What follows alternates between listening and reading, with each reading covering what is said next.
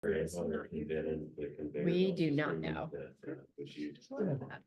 All right, summary is running and the recording is running. Yeah.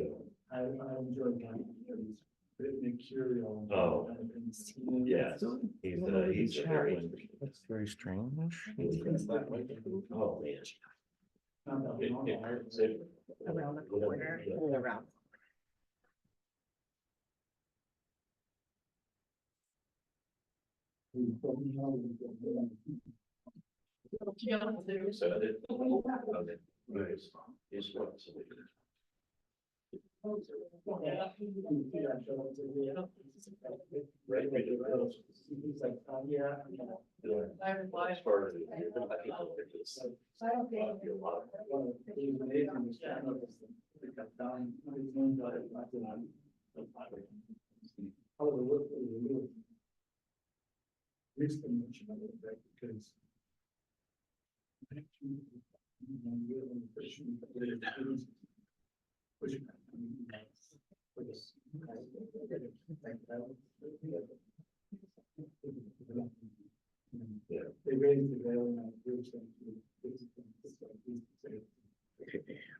You've got Lori's notes. Yes. Okay, great. The whole thing that was under. Yes. I heard that.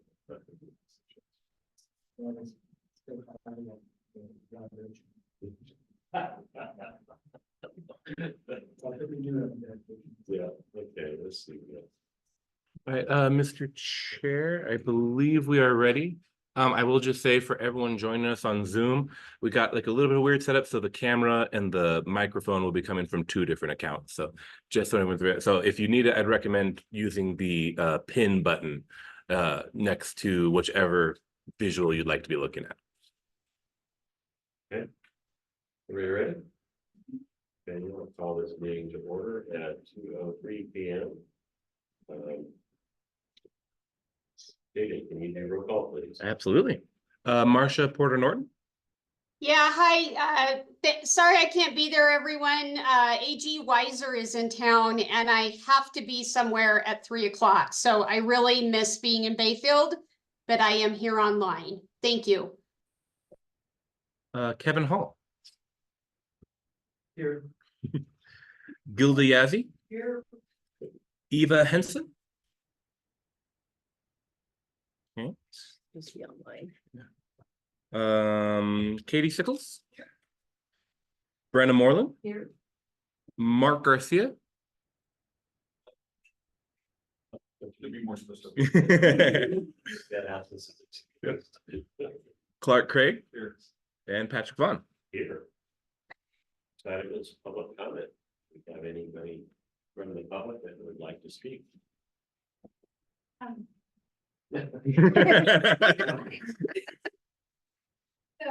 good afternoon, everyone. I'm dropping stuff. My name is Lisa Blomquist, and I'm the former executive director for Homespun. I would like to introduce our current and future executive director, Pam. Hi. Congratulations. And also, since we're doing public announcements, we're having a going away party on the 15th of May, and you are all invited. And JJ, sorry if that causes a need for public notice. I can handle public notice. Very good. Yes. See us at 4:30, and would love to see all of you, and including the people who are on Zoom. I'd love to see all of them. So, thank you. Thank you. Thanks. And welcome aboard. All right, thank you. And but while you're saying welcome aboard, Pam has been with the Homespun for 13 years as our deputy director. So just a change of role. Welcome to the hot seat. Yeah. Chair, we also had comments from Lori Roberts, who could not be here. Okay. She might be here at some point, but her comments were, thanks for the opportunity to attend the Housing Summit. I am enthusiastic about the model for housing support that was presented by the gentleman from Albuquerque. If they can do it, why can't we? And then she also wanted us to convey about the hotel in Cortez being for sale. And wondered if we could do the Adventure Inn idea there, but I also let her know that that's outside of La Plata County, so I don't think that would be ideal for the RHA. There are currently 2 hotels for sale in Durango, if the RHA was so interested. We don't make money, but. So there's that. Minor detail. Thank you. Anybody on Zoom that wants to speak? Hearing none, I'll close the public comment. Next item is approval of the agenda. Are there any changes or modifications or removals from the agenda? I might suggest since Director Porter Norton can't be here for the duration of the meeting, whether we could maybe move the decision agenda up if that doesn't upset the applicant too much. I have no problem with that. Anybody else? Okay, so we'll move item H to the right behind public presentations for the audit. Has everybody had a chance to look at the minutes and the financial statements? I know it's a pretty tight squeeze. I'll just say for one, I do not. Okay. And is there a concern? Do people want to defer, or are you comfortable? We've only had one that has not had a chance. I scanned them when we got here. Okay. Okay. Well, let's go ahead. It sounds like most people have had a chance. I do have one edit on the minutes, and that's under item F2, where Brad Blake presented. It says Brad Blake Pine River Commons project manager reported progress on phase 1 with 24 of 66 units completed. There's no units completed at all. In fact, the infrastructure is not in place. So he's 24 of 66 units are under development, land development. There's no vertical, although I noticed foundations have been excavated. For 5 units, very soon. Okay. They can do the excavation. Okay. What's going on there? So, but just so you know. Okay, with that correction, do I have a motion to approve? So moved. Is there a second? Second. Been moved and seconded. All those in favor, signify by saying aye. Aye. Aye. Opposed? Abstentions? That's the correct way to go for someone who didn't read it. That's what I would suggest. Okay. Passes unanimously, passes with the one mistake. Mr. Chair, was Yes. there a motion to approve the agenda as well? We skipped over. Well, Chair, I would move we approve the agenda with the change between decision and updates. I'll second. all those in favor? Aye. Aye. Opposed? Thank you. Moving along a little too quick here. So, I assume the consent agenda included the financial statements? Yes. Public presentations, 2023 RHA Audit, Frederick, Zink and Associates.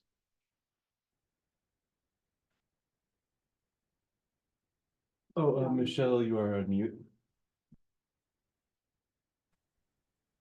How about now? Can you hear me? Yes, ma'am. We can. Great. Thank you so much for having me here today.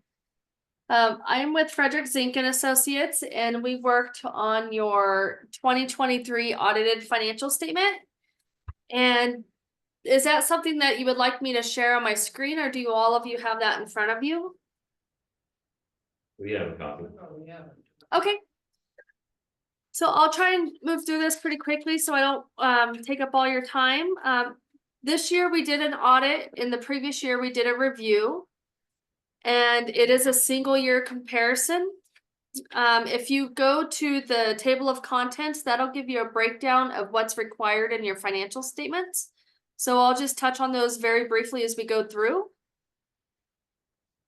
The independent auditor's report, the first part of that starts out with our opinion, and we are issuing an unmodified opinion, which means that these financial statements are fairly presented in accordance with the standards. Keep in mind that we performed an audit. We did not perform a review. And these audits, even though we do a lot of work with it, there could still be it's a reasonable but not absolute assurance. So keep that in mind. These financial statements are your financial statements, management and the board. So if there's something that you don't understand or it doesn't make sense, or maybe it needs to be modified, please let me know. We do make sure that it is up to standards as far as what's required to be in there. Our responsibility is to prepare the audit and make sure that, one, we've already talked about reasonable assurance, but that there may still be misstatements that we haven't identified because we are unable to test every single transaction. But through the course of our audit, what we do is we make sure that we maintain our skepticism while management and staff give us a lot of information and give us feedback on questions. We have to be skeptical of what they say, and then we ask more questions and say why and give us support. We also look at and identify any risks of what could go wrong in the organization, and we design the audit based around those risks. We understand your internal control through that process and the policies that you use to understand if we can overall evaluate if the financial statements appear reasonable in that respect. And then the last thing is we really have to make sure that we maintain our independence, because we cannot be auditing our own work. And that if there's a going concern or any issue with the continuance of the alliance, we would have to make that known to you. And at that time, we do not think that there's any concern. Because you do have a governmental financial statement, there is required supplementary information, which is the management discussion and analysis. And that is required by the governmental accounting standards. Keep in mind, those are not audited. It is provided by management, but we do read through it to make sure it makes sense. So that's the independent auditor's report.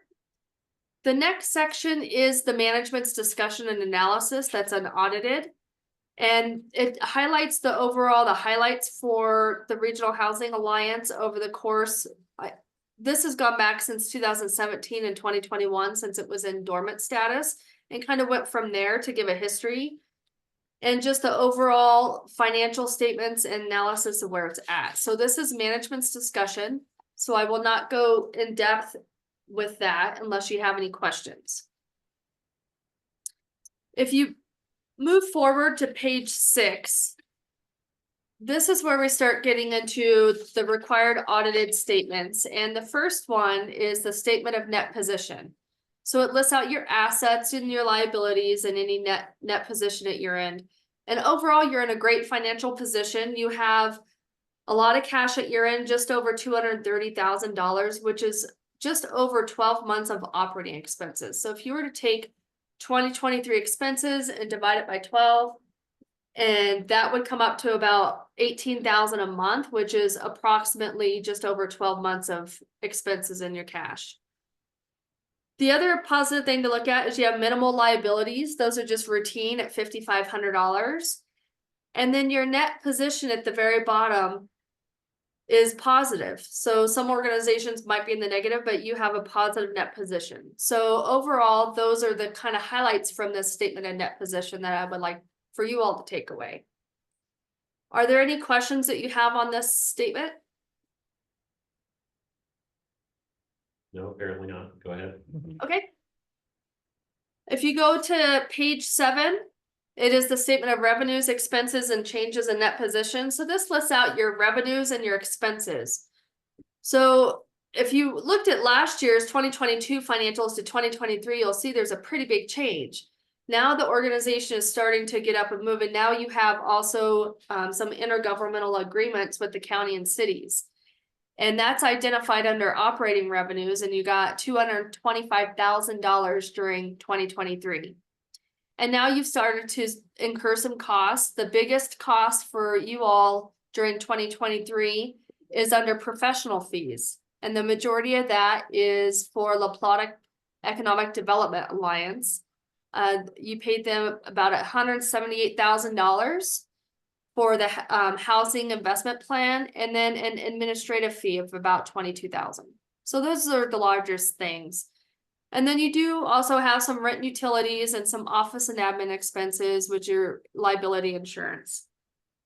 Overall, at the end of the year, you had a change in your net position, which in essence is like net income or loss. And it's positive 57, almost $5,800. And then that bottom line net position at end of year of 228,000 will tie back to that statement of net position we just looked at on page 6. And I realize at the bottom of these pages, and I'll get this fixed and I apologize, it says accountant's review report because the header and footer are automatically carried over. So I will modify the bottom of these pages to say independent auditor's report. So I apologize for that error. The next page, page 8, is your statement of cash flows. A lot of governmentals aren't required for this, but because you are a proprietary fund, you are required to have it. And it's pretty simple in the sense that it tracks all of your activity for 2023 on a cash basis. And usually it's in 3 sections. You have your operating activities, which is your day-to-day, and then your investing and financing, which are more discretionary. You did not have any of those during 2023. But at the end of 2023, you had a net increase of cash and cash equivalents of $6,518. And then if you add in last year's plus what you increased, then you get total cash and cash equivalents of $233,000. And that ties back to that statement of net position.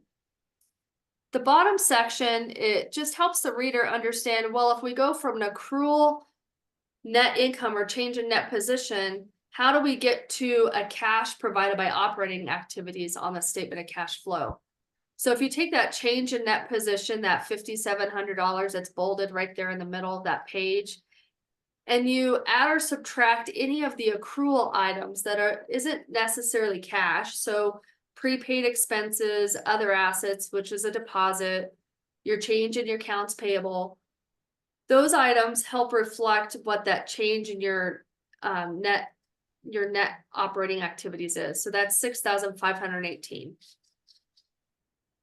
And that ties back up to the top of that statement. The non-cash activity is you do have Tabor disclosures in here, and this provision for the emergency reserve for Tabor is the change from last year to this year. And it did go up because you had a lot more expenses, and it's 3% of expenses. The last part of the audited financial statements are the notes. And a lot of the notes are very similar from last year. However, they will be updated for certain items like cash and investments, anything like that. So I'm not going to go through note 1 and note 2, just to highlight otherwise if there's certain things that have changed. Note 3 talks about how you all budget and how that gets submitted to the state and the appropriations. Note 4 is all about Tabor and how that applies to the alliance. On note 5, you do have cash and cash equivalents and making sure that is it within that $250,000 and covered, and it is, so there's no concern there. If you look at note 6, some of this carried over. We've broken it out to where, because you do have some agreements with La Plata Economic Development Alliance, and having those agreements in here to state what it is that they're providing and the terms of those is important. So that is showing up in note 6, because you do have a 2-year agreement with for office space. And please keep in mind that with there being 1 year left on that lease, under GASB, you are required to put that as a right of use asset. And I apologize, I just looked at page 12. If you look at that last sentence under note 6, it says right of use eased, and it should say leased. So I will fix that there. But your commitments are there showing. And then if there's any risks to the organization, that's identified. And then the last thing, which is subsequent events. So you'll see this highlighted date here and one at the very beginning in the independent auditors report, and that is highlighted until the time that you as a board approve these financial statements, because we have to continue looking at anything that could have happened between January 1st of 2024 through now and see if it needs to be disclosed in these financial statements. So it's as transparent to the reader as possible. In March 2024, it was identified that Durango Industrial Development Foundation donated over $938,000 to the Alliance, which is pretty substantial, and congratulations to you all. That's amazing. So that's there as a subsequent event. So if there's anything else that you all can think of that's not in here that you feel is very important to the reader that maybe we might have missed, or maybe it just needs added, please let me know. I'm happy to do that. Are there any questions that you all have at this time on these financials? Questions from the board? No, I have one question. Okay, now, I just need to know the reason why, if there's 1 year remaining on the lease, it has to be documented that it's ending this year and it's continuing for next year? I'm sorry, it's really hard to hear you. You're muffled on my end. Is there someone else that can ask me that question? I apologize. So my assumption is the right to lease. So in other words, it's a asset to the RHA to have that right to lease that, because our agreement with Alliance goes another year. Okay. Am I correct, Michelle? Yes, that is correct. So if you have space that you're using that's not yours, but you're paying rent on, and if that lease extends beyond a year, GASB requires that you record that as an asset and a liability, as a right of use asset liability, and then show it as a lease expense back in the statements. But with it being 1 year left, it wasn't material overall. And you would have to get into a new lease probably at the end of when this one expires. So that'll most likely be recorded and modified in your 2024 financial statements. All righty, thank you. You're welcome. Any other questions or comments? I'll note for the record, Eva Hansen has joined the meeting as well, so. Welcome, Eva. Hearing no further comments or questions, do I have a motion to approve the audit as presented? So moved. Have a second? Second. Motion and second, any discussion? All those in favor signify by saying aye. Aye. Aye. Opposed? Passes unanimously.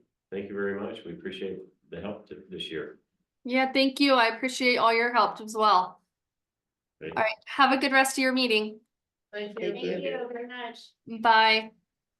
And we're moving item H up to the next item. So H1 is the Alliance scope of work update. Sarah Tober. Yes, that will be page 40 in your packet. And I just want to start off by saying an apology from the staff on the lateness of this packet. We always strive to have it a week before the meeting, and in this case, we were not able to accomplish that, but we will do better next month. Okay, so this scope of work that we're looking at on page 40 is basically what we're planning for, expanded services for the RHA, but through the grant that the town of Ignacio received on behalf of the RHA and all the municipalities and governments within. So we're putting this scope of work in front of you just to let you know these are the things that we anticipate that the La Plata Economic Development Alliance will provide through that grant. So that is managing the Housing Catalyst Revolving Loan Fund, the Housing Needs Assessment Contract and Project, the Prop 123 Local Planning Capacity Grant and Contractors. We expect to be helping Ignacio with that, as well as any Summit 2025 planning that happens in this year. So, and then we have budgeted about 50,000 for that. Working with the other contractor on this project, Moxie, they're expecting, we're trying to kind of break down what our application was and what that scope of work will look like afterwards. And so we know that we're going to need to do a consulting firm to research and develop land use best practices and create a database of fast track requirements. We're expecting that to be around 50,000. And then we have 20,000 allocated for grant writing, 40,000 allocated for development of resale controls and deed restrictions that work with new state guidelines and create uniformity across municipalities. We anticipate subcontracting potentially with Homes Fund on that. And then there is the assisting with development of a preservation database and identify potential public land parcels for housing. And we have 30,000 allocated to that. So just kind of giving you the broad landscape. This is not necessarily needed for approval by the RHA board, but we felt that it would bode well for the RH board to be aware and to support this before we get under contract with the town of Ignacio from the La Plata Economic Development Alliance standpoint. Questions? Kevin?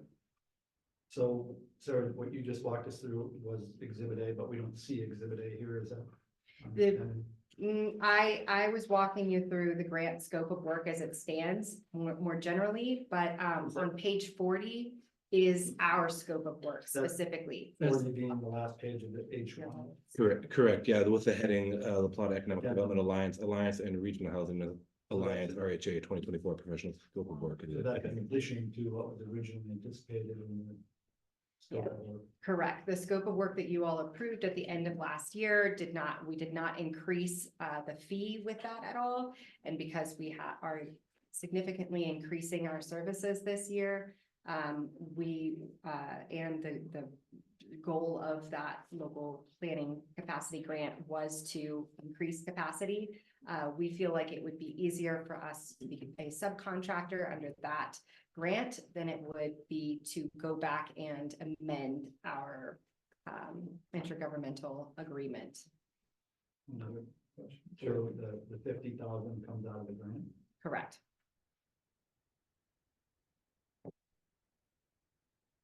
Yeah. And the grant is reimbursed, reimbursements. So it's 100% reimbursements and it's matched. So this is not, we will not be receiving 50,000 flat fee at the beginning. This is this is what we believe the budget will be, and that it would be reimbursed as the work is completed. So the upfront cost would come out of fund balance and then reimburse the fund balance when you ask for reimbursement on the grant? No, It's really with the town of Ignacio. it's really with the town of Ignacio. Yeah. Who's paying for the services upfront? It's reimbursement. The Alliance. Alliance will Yeah, so it comes incur the cost, and then we would, regional housing alliance. no, the Economic Development Alliance would. And then we would submit those costs to the town of Ignacio. The town of Ignacio would then submit it to the grant, Yeah. and then that's how. And then it would come back to the alliance. Do the channel. They There made is it as money. complicated as possible. And I- so Oh, go ahead. the other 142,000, that's Ignacio specific? I mean, Ignacio technically has the purview to do what they want, but what we're doing is trying to help shape what this grant is gonna look like, and it's the same. Project Moxie and the Economic Development Alliance helped to write this grant in partnership with the town of Ignacio. So we've been kind of hand in hand from the beginning, what this could look like and understanding what parties would receive what amounts of money to increase capacity for all of La Plata County and the municipalities within it. So this is following suit with our grant application. I have additional questions, but they may not be pertinent to what we have in front of us, but it relates more to how we would proceed on these projects. And I suspect there'll be a time to have that conversation.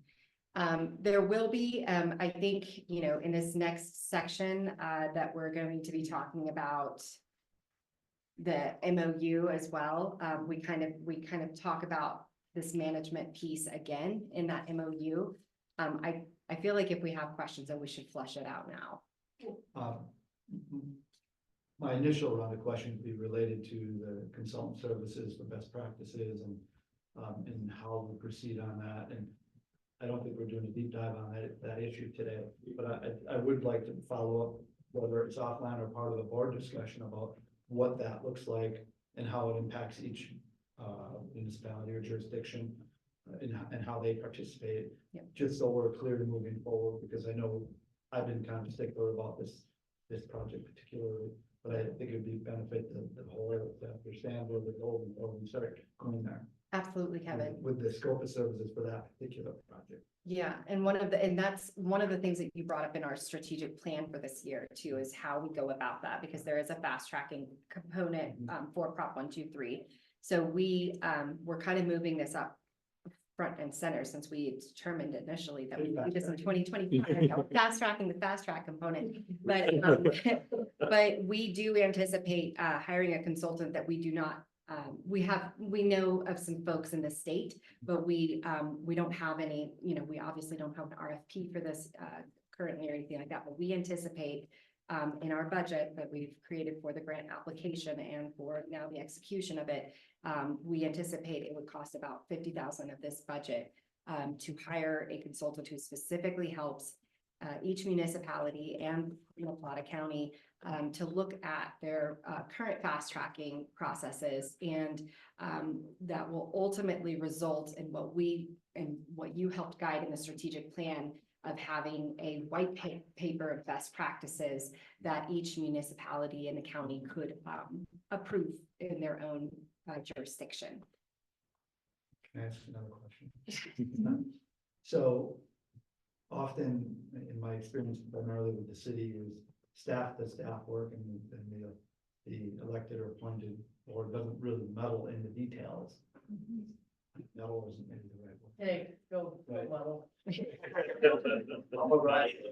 interested in maybe being a fresh set of eyes or participating in reviewing the RFP and even the scope of services. And I don't know whether it's appropriate for the board to see all of that or want to be part of that, but I certainly would. I think it's appropriate based on how this grant has been written and how it is being shared between all of and it's one of the reasons we got this grant, that Ignacio got this grant for all of us, is because of this collaboration.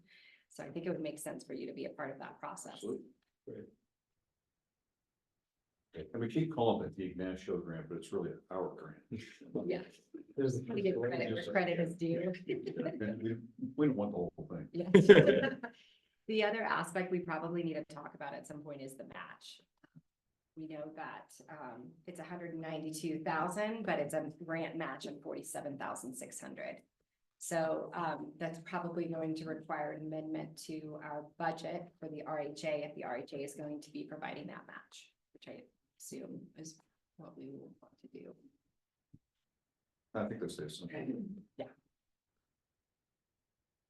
Is that the total match for the total 192,000 or yeah? Correct. Yeah.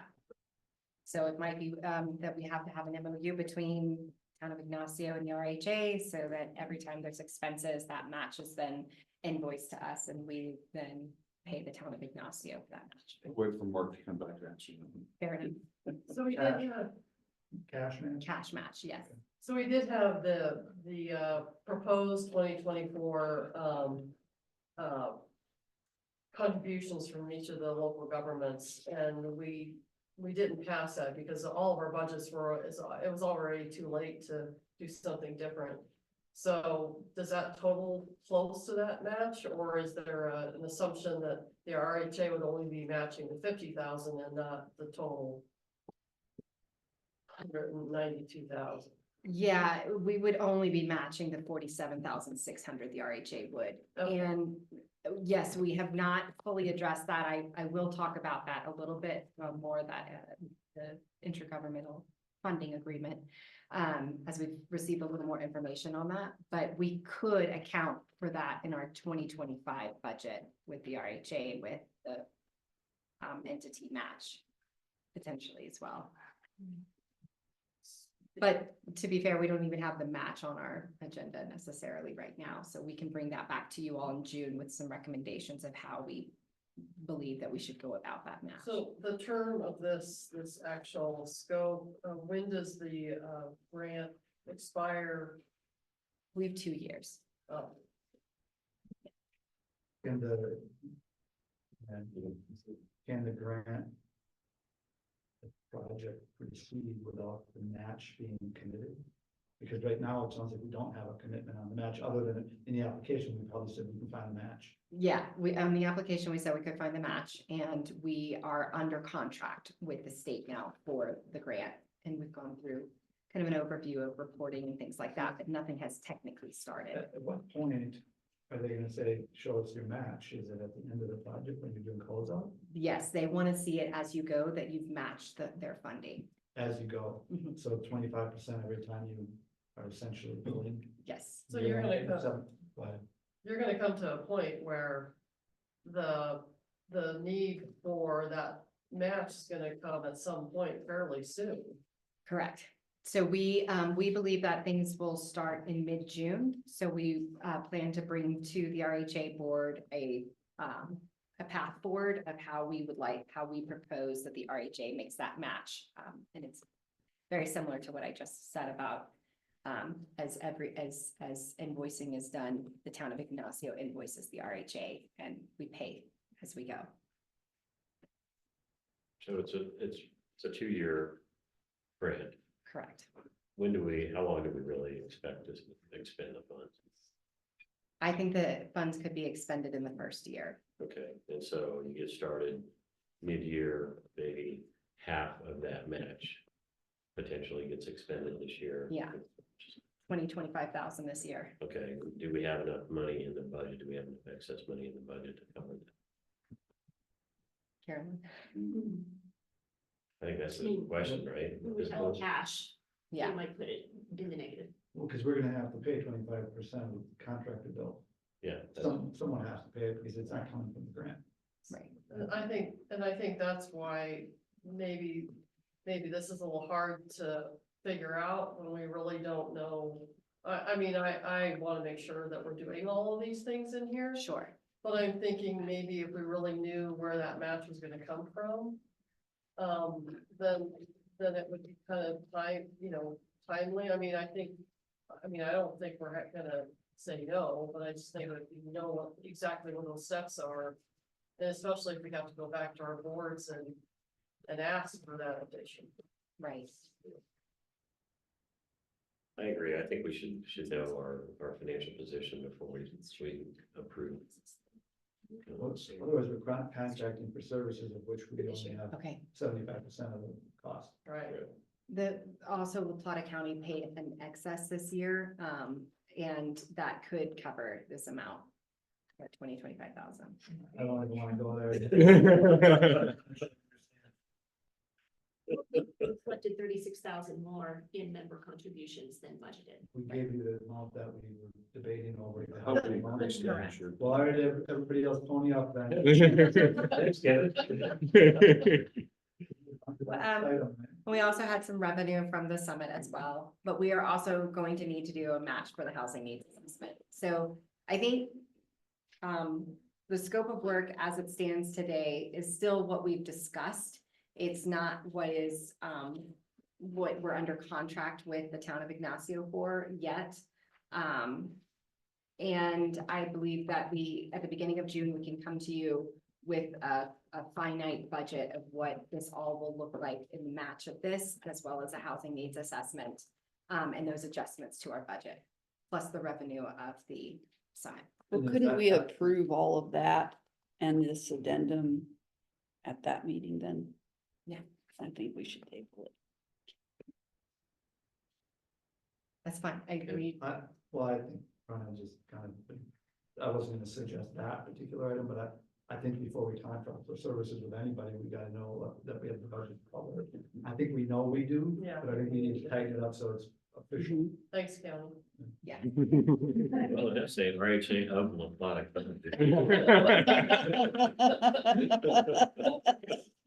Yeah, these are gonna be a little bit complicated conversations, a little convoluted, but we wanted to get them started sooner rather than later. Because the Alliance is incurring costs around this. And there's fund balance that the Housing Alliance had, because apparently the county was over, they either paid what we originally committed to pay.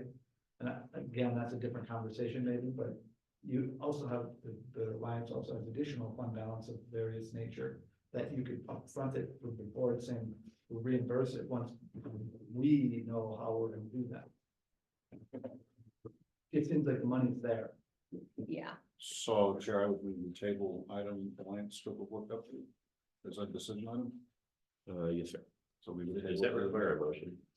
The table. Well, it's under decision items. Yeah, so is that a motion? He made the motion. Okay. I'll make the second. Okay, all those in favor, signify by saying aye. Aye. Opposed? None, passes unanimously, thank you. Sorry, who seconded that? I did. Thank you. So just terms and conditions for Catalyst revolving loan fund. Sarah, you're up again. Here are the terms and conditions. That is on page. 41. 41. Next page. So these are the Housing Catalyst Revolving Loan Fund terms and conditions, based on the work that has been done with the original Catalyst Fund at the Alliance. So we have a number of things here, to kind of point out that you know, this is targeted to below market attainable housing in Alliance. I should use a different word, in congruency with the MOU between DIDF and the RHA that has already been approved by the board. And so this would, some of the terms would be, you know, that this is, if it's rental housing, that it delivers new rental units that provide rents affordable to households earning less than 140% AMI, and for sale is 160% AMI and below. So this is again targeting that missing middle. And some of the rubric variables to create scoring on, and just to be clear too, we have created a Catalyst Revolving Loan Fund committee that consists of Mike French, Pat Vaughn, Jason Ports of Bank of Colorado, as well as Jameson Bobbin. And so these are bankers who have helped us to kind of come to these terms and conditions and how we can best implement this fund. So we would give preference to projects that have participated in the Catalyst Fund, have received Catalyst Fund funding, and have received another incentive housing grant besides Catalyst. We believe that this will ensure that we're working with below market projects that are also pursuing other funding sources other than just that one.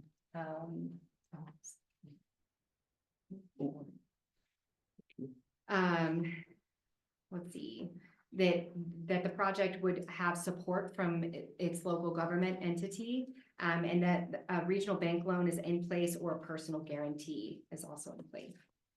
All equity must be injected into the project prior to the use of catalyst funds, minimum equity of 25% of the total project. And the project is in the construction phase with local government planning. Again, that was part of the MOU agreement between the RHA and the DIDF that these are projects under construction, not pre-development. The timeline for certificate of occupancy readiness is there. And then, of course, AMI of 140% for at least 50% of the project. And I guess we could also include in there 160% for sale, 50% of the project as well. The for sale products have deed restriction plan, and then a high level performance provided. And the Catalyst Fund application now includes a high level performance. So if they've gone through the Catalyst Fund, they have that in place. So again, that's how these two programs can work together. The terms of the loan. Sarah, before you leave that, Of course. just a nitpick, I've always termed it pro forma. Pro forma Pro forma, I don't know. versus pro What's forma, per forma. Oh, yeah. It's Pro pro, forma. yeah, it's pro. We'll get that corrected. And the three bullets up from that, AMI, at or below 140. Yes. And then and a couple of bullets above that, I probably should have gone in the opposite direction there. Sorry. Maybe it's just my warped mind.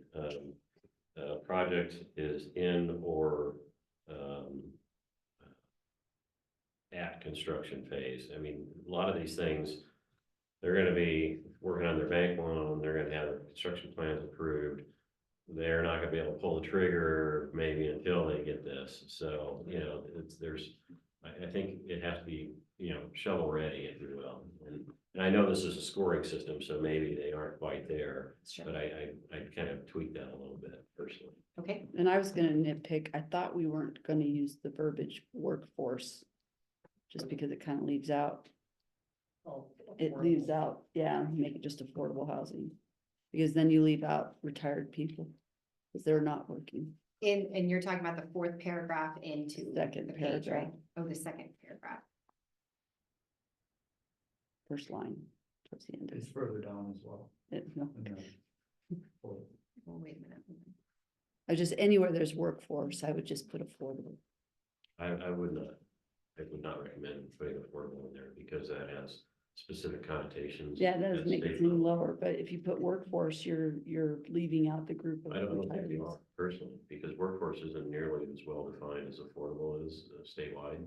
And most of the programs available at the federal and state level define affordable and don't define workforce. So I would. I'm not suggest- saying we're leaving these people No, out. no, What I'm saying is the perception is that you could be leaving them. I understand that, and maybe there's another word we can use altogether, but, I think workforce was a big focus at the housing summit. And to me, and this is just me personally, workforce can be low income tax credit housing at 30% on up to something that's 200% of AMI, because that is our workforce. Right. So, In the fourth paragraph, we do have a more in-depth description of workforce housing is also known as attainable housing or below market, which is defined as housing that can be delivered to local community members at the following prices for local community members. Is I'm not gonna argue the point. I still believe what I believe, but you're fine. any other thoughts or comments on that? So we have Lisa back there, and she's the one, and I think Jen also has been asking us to be very careful about how we use the term workforce versus affordable, so, I don't know, it is hard, knowing to make sure that we're not discriminating against any segment of the population. Attainable. Ooh, Yeah, have used attainable. Well, we say it's known as attainable, we've already got that word in there, Yeah, we do. in the fourth paragraph. So I think the definition's adequate in my view, but if anybody wants to change it, it's fine with me. The confusion came up at one of our board meetings with one of our trustees. So It comes up all the time. It's real funny. Attainable, I'm good with attainable if you guys want to go that route. Well, the glossary of terms is below market, Sean, I mean, they're only getting to the same point. Yes, yes, I think we we do are. have a glossary of terms that also restates that. And it's still fun. And poor phone is in there. You know, away from the bottom. We're talking about today. If the board is okay with it, we could, in that very first paragraph, we can change that from workforce housing to attainable housing initiatives. And then leave the workforce reference as is in the fourth paragraph, which dives in a little bit deeper.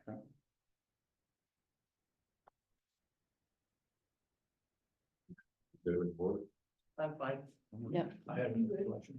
Yeah. Of course, I have a couple questions. The for sale housing that delivers affordable housing units available to households who are earning 160 or, well, here it says less than 160, but I guess it'd be 160 or less. Why 160? And I only put that out there because we're talking about pushing a total up to 150. Yep. We see 80 and below. I don't recall seeing 160 as a number that we've used in our conversations over the months. We used it with the catalyst We did. fund. So that's, Our rubric in the Catalyst Fund. okay. And I know that the city of Durango is going to be petitioning the state to be recognized as a rural resort within Prop 123 in order to be able to get up to 140% AMI at least, because I'm not they're- opposed to it, I Yeah. just was It's- asking, then is there a cap on the requests? How much they can ask for, because, 900,000 sounds great. It goes A lot of money, that would appear in two projects. You could do it in one. Fund itself, I think it was in here somewhere. Yeah. Say that again. the cap is the amount in the fund itself. So it could be one project and we're done? Yeah, Okay. One and done. And that, and then they would have That's the funds for intentional. up to a year. Yeah. Yeah, okay, we don't want to be handling five. of these handling, things. yeah, I get it, I get it. yeah. And then, the interest rate. same in 1.7. Well, it wouldn't be same as the catalyst fund, because the catalyst fund is not. No, under terms, Yeah, it's I- 1.75%. Why is it that? It is to cover the cost associated with the closing of those funds for the Pat, can you help me It's closing the the fund, but also title- administering the fund as well. Well, I guess what I'm wondering about whether there was any specific discussion about a higher interest rate, given the rates on borrowing money is. Yeah. There- Prime's at there- 8.5. There was, and there was with, Yeah. with the IDF, when we had the presentation to them, and the whole idea that we presented as Catalyst Fund, I say we, it was Mike French and it, Okay, is that we purposely want this well below market to get a blended loan rate that is. Yeah, but below. we're seeing it more closer to 3% Mhm. to, on lots of government grants and stuff like that, that we're doing at the bank. Not quite this low anymore. It's And- considerably higher because, what's- and what's- it's still blending. What's the bank's rate for a normal construction loan? A normal construction loan, I mean, it just depends. It's usually prime plus something, depending on the borrower. But I mean, like SBA is all the way up to prime plus 2.75, I think. So that's like close to 11.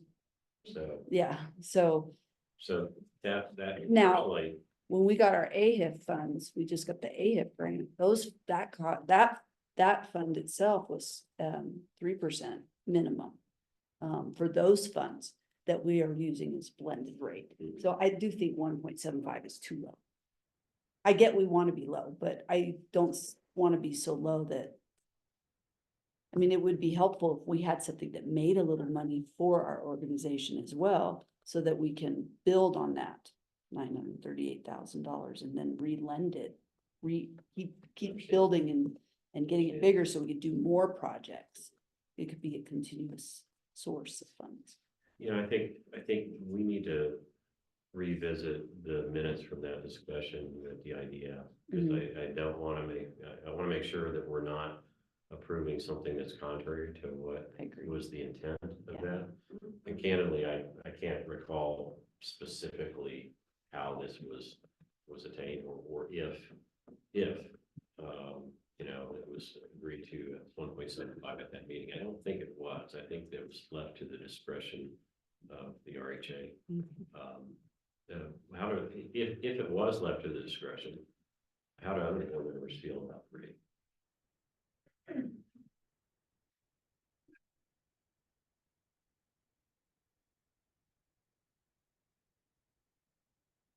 So the rate would be for how long? Is it adjusted annually or? It's a 12-month loan, so it's a 12-month balloon. The intent is for it to be taken out with construction financing or permanent financing. Other construction financing, I should say. Well, let's put it this way, working with the state and just trying to get all the money they say they have for housing has been so frustrating. Do we not want to make it so we can actually start building housing and not have a lot of barriers, and nothing wrong with considering the interest rate? That's just kind of my opinion. so are you suggesting it stay where it is? So another option that, because you're talking a blended rate, but on here, I don't see where, what percentage we're requiring for the other loan to be at. I don't think we can. No. You can't? Well, it all depends on the borrower, as you said. Well, like, for example, if they used only a portion of these funds and you're doing blended rate means you have more than one loan. So you would have a bank loan and you have this loan. Usually there's a percentage that's required, a minimum or a maximum percentage of that piece. So for example, in our affordable housing AHIP grant that we got, we can only use 35% in one deal. So if you had $1 million deal, 350,000 of it would have to be your AHIP and the rest would be, borrower injection and the lender funds. Yeah, I don't think. And if we're not doing that piece or making that requirement, then there's no blended rate. You're just giving it away at a 1.75%. The idea is to help them. Yeah, no, I'm get their just rate as low as possible. clarifying what we, because you said blended rate, so That's- that means something totally different. Okay, that's a generic Yeah. term I use, because the developer looks at it as, this is the blended rate. That's how they got a pot of money, and they get this loan at this rate and this loan at this rate. I'm the developer, I'm looking at my blended rate. Okay? Right, I get that, So. but they don't have to have a blended rate. They could just use this loan by itself, is in the way that you have it. Correct. The way that They- this is done right here they could, is they but- could use it by itself. They could, but they get like 5 lots done. Well, I get that. The- I'm just making sure we're clear on how And I this appreciate works that. because That's- it's, Because you're in the business and we're not, so I think that's good. And when we formulated these variables and terms, we did it very much in the vein of the Catalyst Fund. We wanted to keep the barriers as low as possible, but also, of course, mitigate the liability of funding these projects too, right? With the Catalyst Fund, we purposely try to keep it as open as possible so that based on the project, and based on their application and the committee's input, we can fund workforce housing projects without, with very little red tape is the idea too. Eva, do you have any thoughts on this? Sure. Yes. She's Can you hear me okay? Yes, we can. Oh, good. Okay. Sometimes it's hard to hear. Sorry that I'm virtual, but I am here and present. I would agree that we need to keep this simplified, not complex. The interest rate doesn't really bother me where it's at. I mean, I hear what everyone's talking about. I think it's an internal program that we have discretion on. And the goal would be to get those funds repaid within 12 months. Escalating interest rates and other things could complicate that. And I think we're really setting the stage to try and get the funds deployed and paid back. So I would like to keep it where it is. Okay, thank you. So my question is, I know you were starting to go through the bullets, but bullet 7 for terms having to do with the senior lenders. I'm just thinking through that process. How is that? I understand why it's there, but if they're trying to get multiple funding sources, how does that go? So for projects where there's no senior lender, the idea is that we would receive first lien on the property. I read the sentence wrong. Okay. Yes. Your was reflection thinking- helped me understand that. I was thinking senior lender was a lender. Right. Yeah, I was thinking for projects. Um, Okay. Can you change that to lien, senior lien instead of senior lender? And I think you're gonna.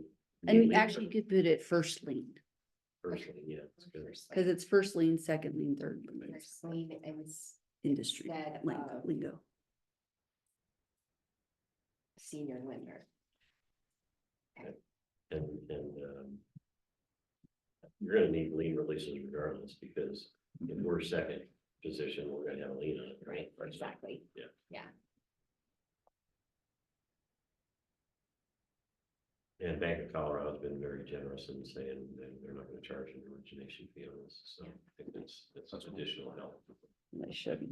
One other Helping item them that might their deal. be of interest on this, while we're on the topic, our current balance in the revolving loan fund is $941,817.08. Last month, we made $2,470 on interest. So currently growing. What is the interest on it? It's almost 4%. No, it's almost 4%. I think it's 3.5. So we make more money if we don't. All All right. I like it. You said it, not me. We do have some projects that are teeing up for this. Yes, we expect that if the board approves the terms and conditions with these modifications, like we hope that they will do, we will be coming to you all with a project or two next month for review and potential approval. So I'm really gonna go out there pretty quick. It's the idea. It's, yeah. Any other comments or I questions? just want to clarify, I really didn't have an issue with 1.75, but I wanted the conversation. I'm kind of in the same boat. I just want to make sure everybody's aware Yeah, that, that's that good. what we're doing and that there's other things, other ways we could do it. And we also believe that these terms and conditions may adjust over the next year as we learn through the projects and the approval processes and the costs associated. This is. Another thing we may also consider at some point, doesn't have to be that if a bank wants to use these funds, then they're limited on what they can charge on theirs in order to have our funds, so that it can lower the cost in the bank. Because we could say, okay, well, we'll let you do these funds, but you can only charge 0.5% origination to the customer in order to use our funds. I wouldn't necessarily limit them too much on their own rates or anything like that, but it's something we could consider at some point. Because they could get these funds and then they can jack up their interest rate because you're now giving them low cost funds. So if we monitor what they're doing as well, saying, okay, if you want to use these, but you can't go over these parameters to do it. So, do I have a motion to approve the terms and conditions with the modifications discussed? Who was tracking all the money? We did. Okay, You don't mind. I can go over those modifications. The AMI at or below 140% under the rubric variables. The third to the last bullet. And then change per forma to pro forma under the last bullet of the rubric variables. Projects are in or at construction phase in the sixth bullet point under rubric variables. And then change from senior lender to first lien instead of senior lender under terms. That's the second bullet. And under the first paragraph, we're going to change workforce housing to attainable housing. In the second paragraph as well. Yes. So those changes, I'll make a motion to approve. May I, point of clarification? Let's, is there a second? We can have discussion. Second. Okay. Discussion. I think the at or below applies to the 160 as well. Yes. Yeah. And there's another bullet point that has senior lender on it too. Third from last. So change that to first lien as well. Yeah. With those modifications, I'll amend my motion.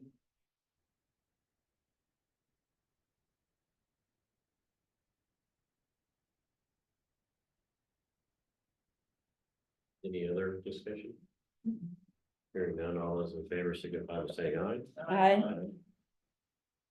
Eva? I, Opposed? So I think that's unanimously. Thank you.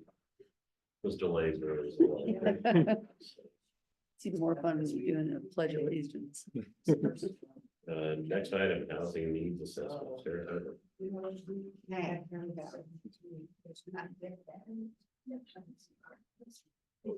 just so you know. In the packet, the digital packet, it starts on page 42. So as the board will recall, we went to RFP this last month for a housing needs assessment. And we received two proposals. One from Root Policy, which is very common throughout the state. Sorry.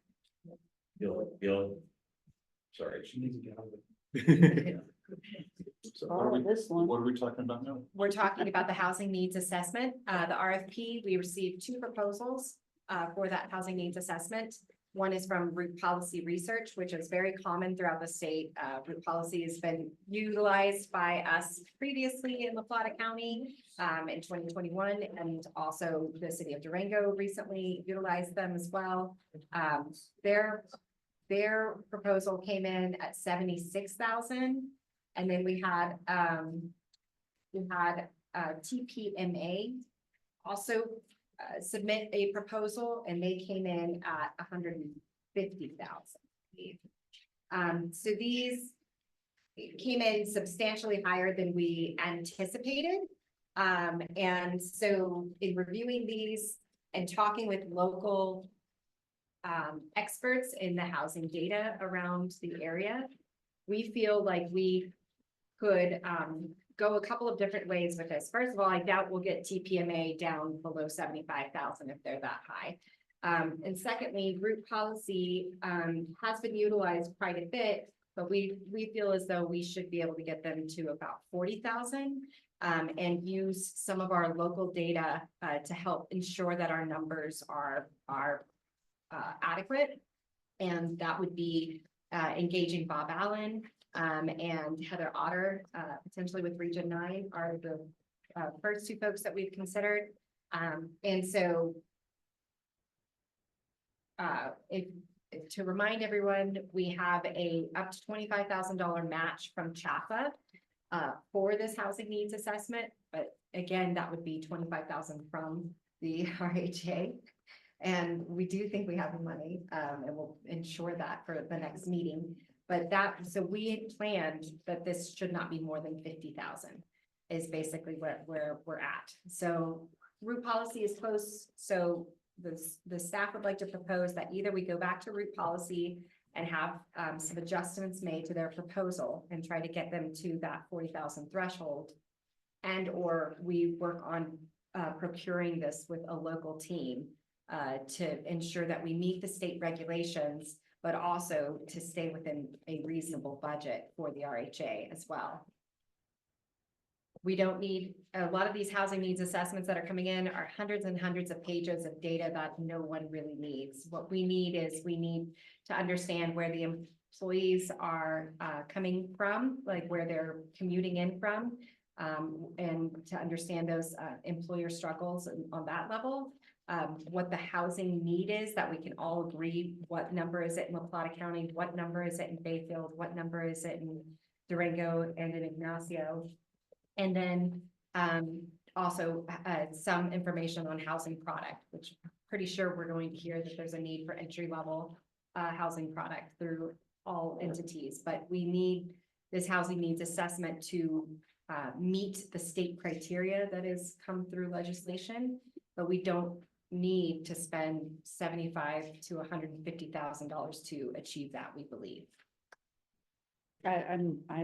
I like the route policy idea. Okay. And talking them down. Okay. Yes. I'm not sure how the review occurs on these, but if money was no object, did you see any value in the other one? That was an event that was above and beyond. The TPMA. Yeah. I mean, it would be interesting to have a different organization than route policy, just because that's what we see throughout the state, But really. we weren't unhappy with the work they provided in the past. Right, Right. exactly. It would That's just be, pretty indicative of probably what we get. well, there were challenges with the last route policy. Okay. There are a lot of folks in La Plata County disagree on their data and the information in that. It was also at a precarious time in 2021, right after COVID, and the dust hadn't settled down from the Great Migration and things like that. So I think with proper management, we could get where we need to for consensus around the data and ensuring that those numbers match up. I did talk with Nancy Dosdell at SEH because they conducted the Southern Ute Indian Tribe Housing Needs Assessment, which we all have a copy of.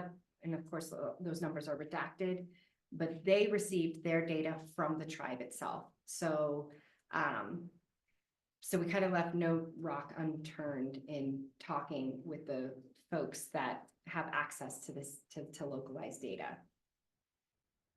So does SEH didn't respond to this? They didn't respond. They felt like they would not be competitive in other proposals that we received, but they are open to talking with us if we wanted to engage them in a local team that we created.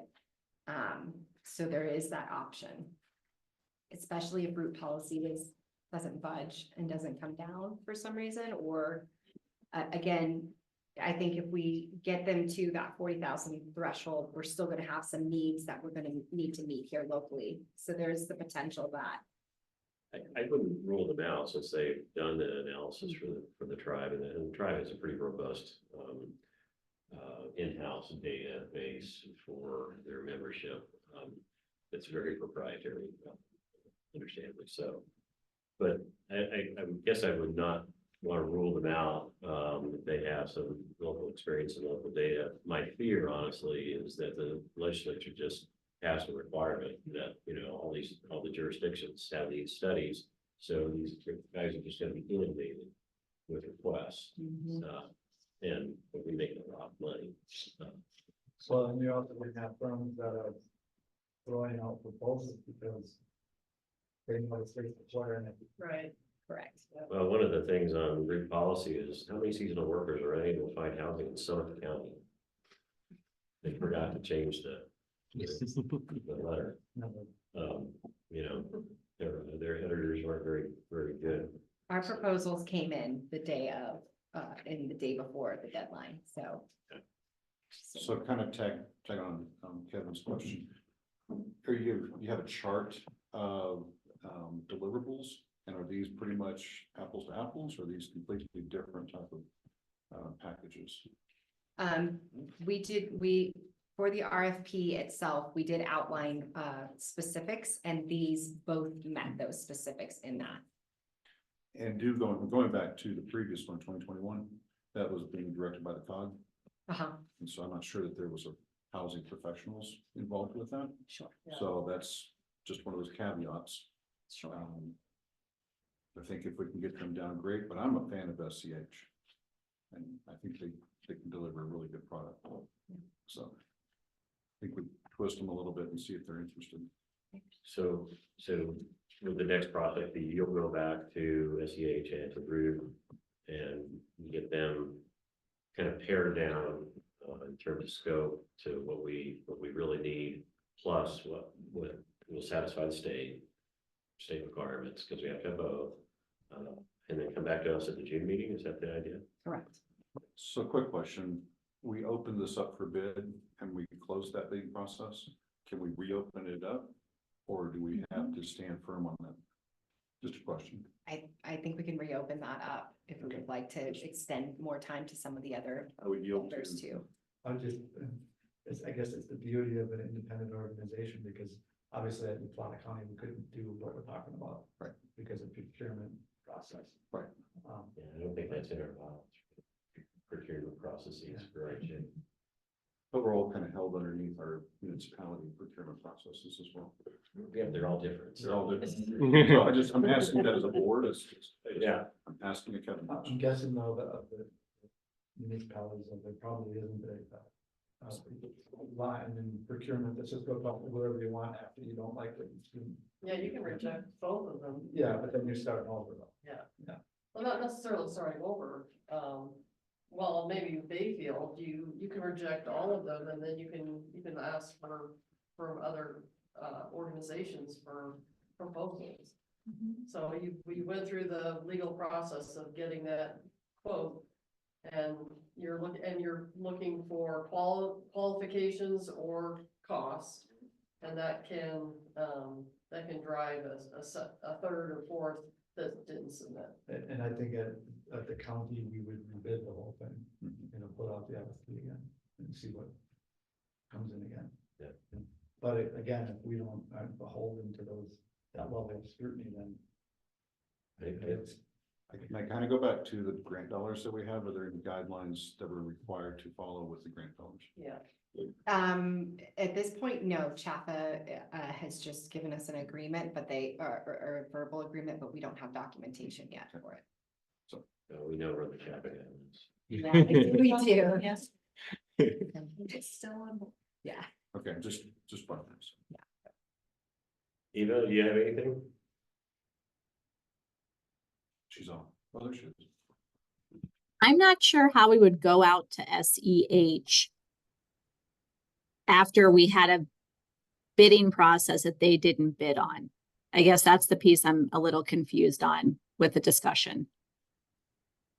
I think that would be if we decide to put together a local team. And one of which that route policy could still even be a part of. but because they are so above our budget currently, we could consider kind of that these proposals did not come in within budget, so we have to kind of start over at the drawing board in that regard. So. Yeah, I would say for staff and just for time sensitivity, I think it would be an opportunity to if the board decides that to reach back out to Root, you would need to structure exactly what you want to whittle it down to. Then they would have an opportunity to adjust their proposal, resubmit that so that the board could see a new dollar amount and scope of work. I would feel more comfortable about that since they formally took the effort and time to submit a proposal before we vet and have staff looking at SEH. I think that's a fair process. I don't disagree. My interest is time sensitive because everybody's gonna, and their brother's gonna, every organization's gonna start figuring this stuff out and putting stuff out to bid, and the queue is gonna get really long, really fast. And so I just want to find what works for the board in the most expeditious way possible. Chair Bond, with your permission, what we can do is we can go back to Root policy, try to get them at that $40,000 threshold and whittle down to what we need. If they disagree and they don't want to move forward, we can then just move forward with the localized team approach where we get all of those ducks in a row before June meeting as well. I would probably work with Root to see if we can really let down to what the bare minimum is. And if they can't, then, open it up again. I think that's what you just said. Yeah. Yep. Everybody good with that? Yep. Okay. I think that's your direction. Okay. So, okay, now we're back. Do you want these back? You guys are welcome to hold on to them if you'd like. Yes. Back up to item G1, program director report, Sarah Tober. Hey. I swear I didn't mean to put you so in the row so many times. Good job. Let's see if my brain can handle it. Yeah, we do have a copy of the, well, we'd like to talk about the summit, but I think that's an actual item that will dive into how the summit went, and we would like to get board's input on that while it's still fresh on everybody's mind.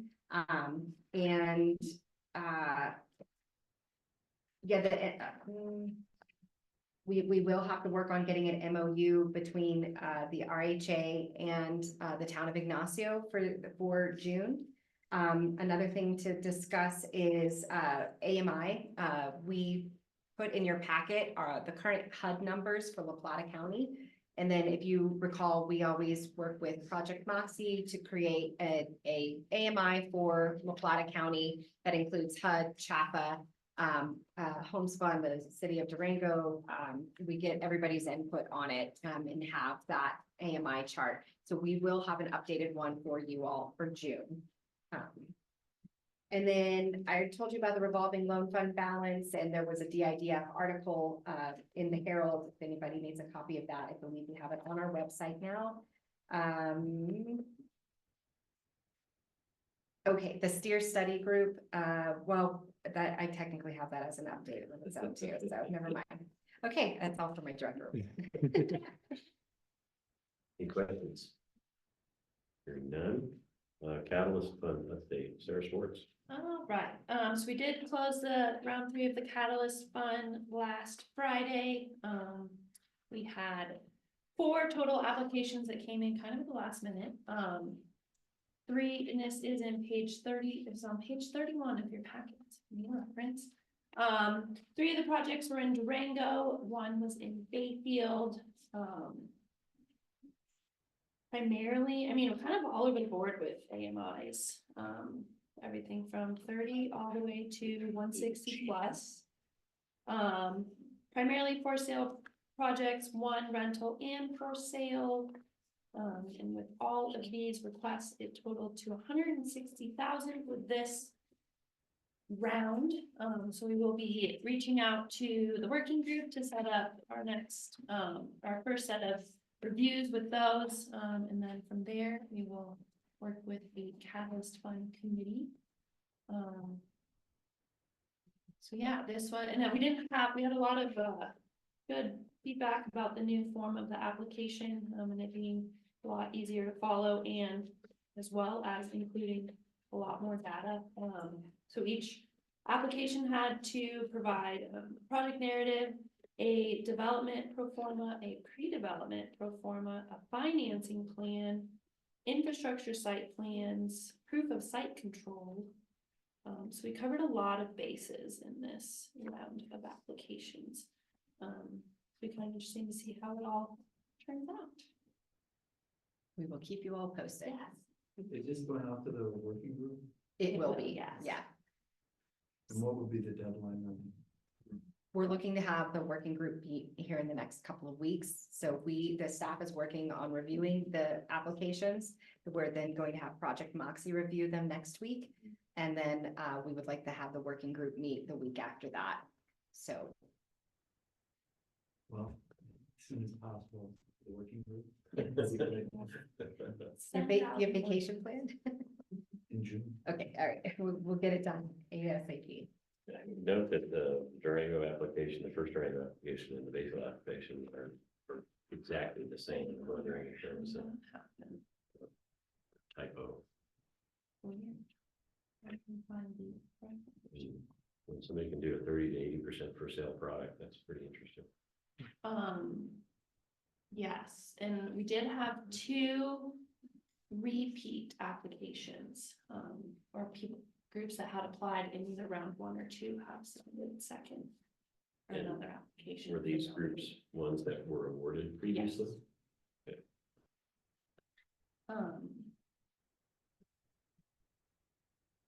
I think Harlan's got some switched. Anything else on Cal's one? No, that I can think of. 2024 goals. Sarah. Looking, oh, here it is. Okay, page 32 in your packet is the goal Next tracker. page from where you were. Yeah, no, I'm just looking it off. And not a lot to report, I suppose, on that, except that we were able to mark off our first summit in there, as well as the steer committee creation. So we're on target with all of our goals currently. The Prop 123 funds could technically be marked off with this receipt of the grant for local planning capacity, but I wanted to keep it in there because there's still more funds coming through and we want to apply for as much as we can when we can. Maybe you could do another line that just shows Prop 123 and dash these funds, just so that you can show Yeah. that we're making some progress on that, where Yeah. that it's because otherwise it just looks like in progress. What does that mean? We Yes. started, but haven't gotten anywhere, but we have gotten somewhere. Good idea.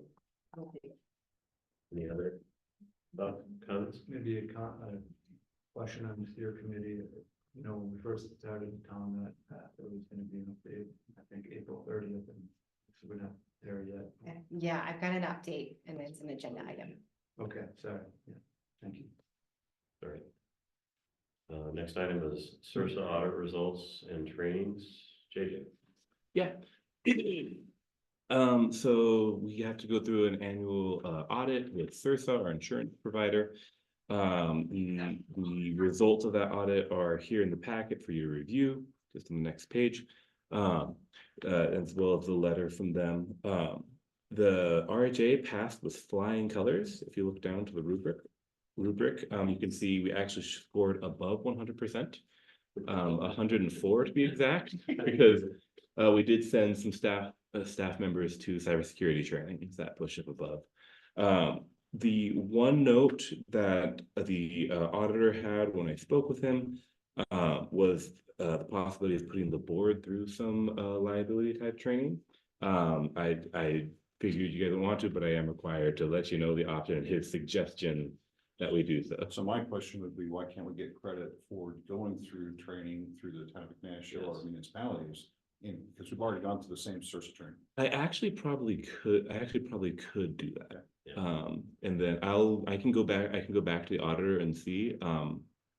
I imagine that could be done that way because it's just based off of completion, not completion for an I entity. mean, you could put that to it. Thanks. I think 8 out of 9 is pretty good. Oh, we're in the bonus. Yeah, we can get that reduction. Oh, there you go. Yeah. I think I'll look into that, and I can't imagine why that wouldn't work. That would actually put us at something like 108% if that's completed, so. I think we might actually be one of the best performing jurisdictions in CIRSA's network, because we just don't have any liabilities or staff technically. I'm happy to have other, regions look up to us as we're the forefront of this, so. Absolutely. Means we're doing it right. Yeah. It does kind of help because we don't own anything, so that makes it easier. We've got a lot of cash and no assets or liabilities. So they really love talking with me on the phone. Like, this is the easiest one I've done all season. That's all I have, Chair. Okay. Sarah Tober, steer update. Yes, so for the steer update, we have had 2 steer meetings now, and we've had about 30 folks at both of those steer task meetings. And it was determined that we needed to form a smaller study group in order to really dive into the various tax revenue streams available to the RHA. Also in doing that, I started talking with a lawyer named Kim Crawford out of Denver with Butler Snow, who some of the jurisdictions in the room already work with her in that firm, and she is a Tabor lawyer who specializes in municipality and county taxes. So she's already providing us some sound legal advice as it pertains to this.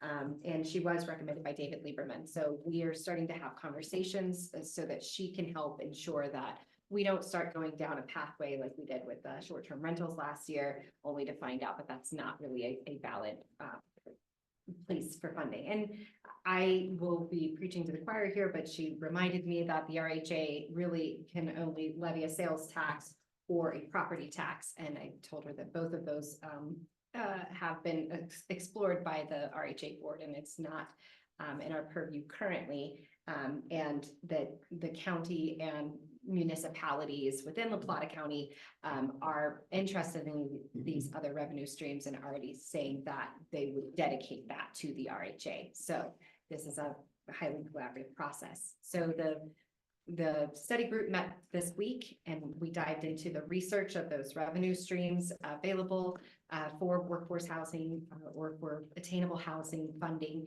And we've started the deep dive into it. There was some additional material sent out afterwards, and we will have another meeting in the beginning of June. The idea there is that each member of the study group will come back with their top 3 recommendations. And hopefully we will culminate that to have the top 3 or 4 recommendations for the RHA board by the end of the summer. So those 3 or 4 recommendations will go to the larger steer group, and the larger steer group will hone it down, hopefully to 2 to 3. And then that 2 to 3 is the one that will come to the RHA board at the end of summer. And that's the current timeline for the steer group as well. And just to clarify, I participated in the small group steer. I don't even know what you call it. Study group. Study group. And we're not ruling out sales tax and property tax for this committee.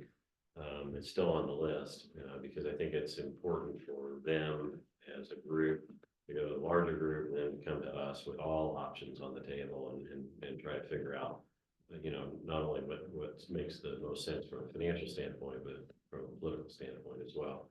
So all options are on the table. It was a good discussion, and it delved into a lot of the different funding sources. It talked a lot about Estes Park and what they did and how they put their campaign together. I think that all that information is really good for when we get to that point. you know, and what we need to do is focus on, okay, you know, what is it and how much money will it generate, that kind of thing. One of the participants pulled me aside and said, you know, whatever we decide, and if we get a source, it's almost meaningless if the jurisdictions aren't on board with their process. And whether you want to call it fast track or whatever you want to call it. And he used an example of the city of Durango, took 7 weeks to tell an applicant that their building, they couldn't process their building permit for apartments because they didn't have the staff time. So you shouldn't wait 7 weeks. That's just an example, and it's not a portable product, so it's a different deal, but that's an example of time value of money, because they've already got their bank loan out and they're already spending money. So 7 weeks is a lot of money, especially at today's interest rates. So that's the kind of mindset that we all have to have in this process if we want things to actually occur. So that's all I have. And then housing summit. Well, real quick, I updated the catalyst from round 3 numbers. So Bayfield has 22 units, for under 140% AMI on 17 acres, all for sale. And they requested 74,500. So that brings the total request to 207,000.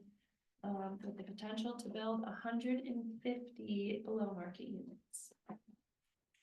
Can you send that back out? Okay, thanks. And then housing summit, let's see, I did make a little pamphlet guide, a cheat sheet, a recap, that's what we're doing.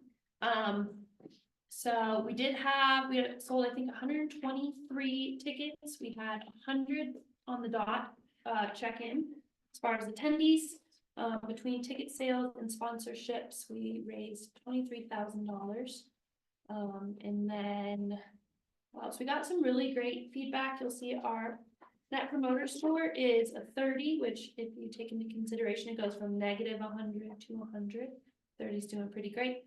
Majority of people said that they either would recommend or highly recommend the event to others, and that they got a lot out of it. Most of the feedback was everyone really appreciated the content and the diversity of speakers, as well as bringing some outside sources as far as like Estes Park and Boulder and Santa Fe. The length was good. Some people thought it might be nice to have it a little bit shorter or kind of break it up so it's not so much sitting at one point, and potentially to change it to a larger location, since we will most likely be growing for next year as well.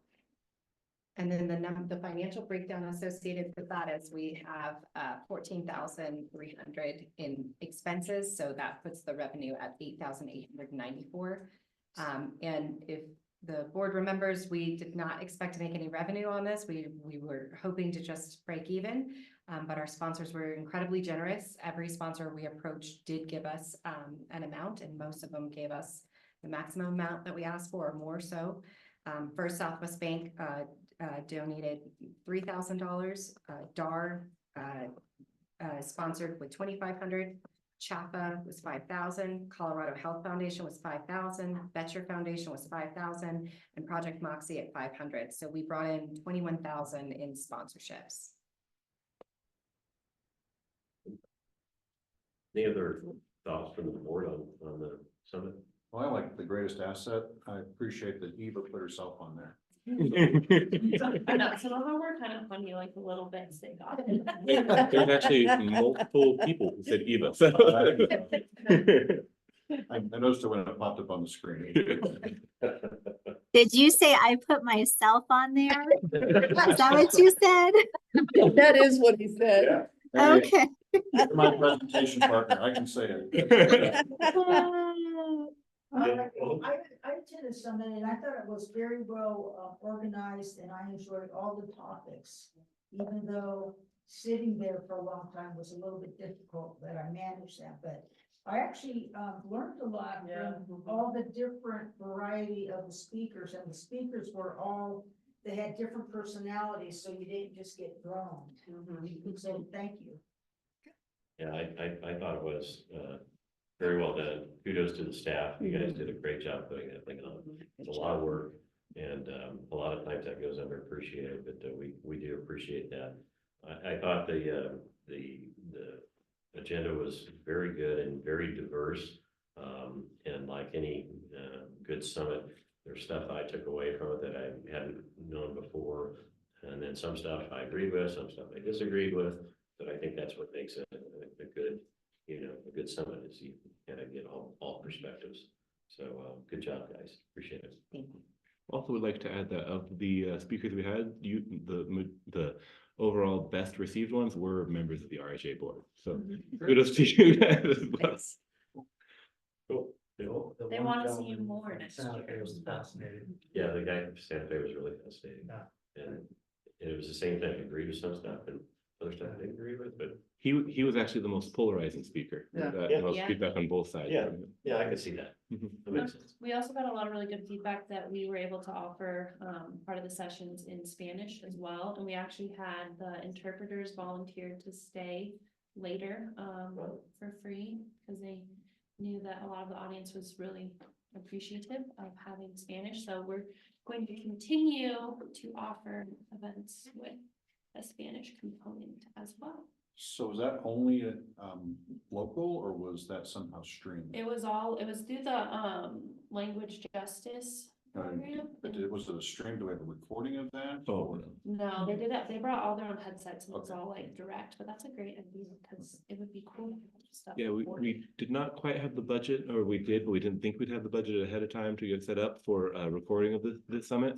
There are at some point staff did take like some video clips, which is like on our phones, which have gone up and will continue to go up on the RHA social media. So besides that, no. And photography. Yeah. We did have a photographer, Oh, so yes. we will have some photography. Yeah, we do that at the Bellatry. Let's make sure their audio visual equipment is Yeah. better. Yeah, So there was that one suggestions? guy from New Mexico, Please. was really hard to hear. So suggestions, and I saw this yesterday at the small business conference, there is no screen for the presenters to see. Yeah. Without Mhm. turning Yes. your head around and looking. Yes. And I saw that, and so we need to just remember. Yeah, we do. Yeah, Innovation Center is great because it's there, Mhm. but half our presenters don't know it's there. Yeah. But no, it's just little things, but it was great. Good And job. we did a staff debriefing afterwards, and we actually captured that one too. So we should be able to implement some good changes next year. I was just lucky that I asked Sarah to bring me a copy of the deck, so I could. do this at the beginning. Yeah. That's awesome. As a side note, if anybody's interested, that is our Los Pinos fire chief with his back to us right there. I can bring him in if you guys want to meet him. Okay, next item. Let's see, where are we on? Grant matrix, Sarah Schwartz. All right, so I saw that Nicole added one little bit that was not captured on here, so if you would like to tell everyone your latest update for Bayview. Sure, we just applied for a More Housing Now grant to Gola's EIAF program or grant process for Penrose Commons for $2 million. If we move forward, the interviews will be in the end of June, so. Fingers crossed, get some more funding to get those units down in cost.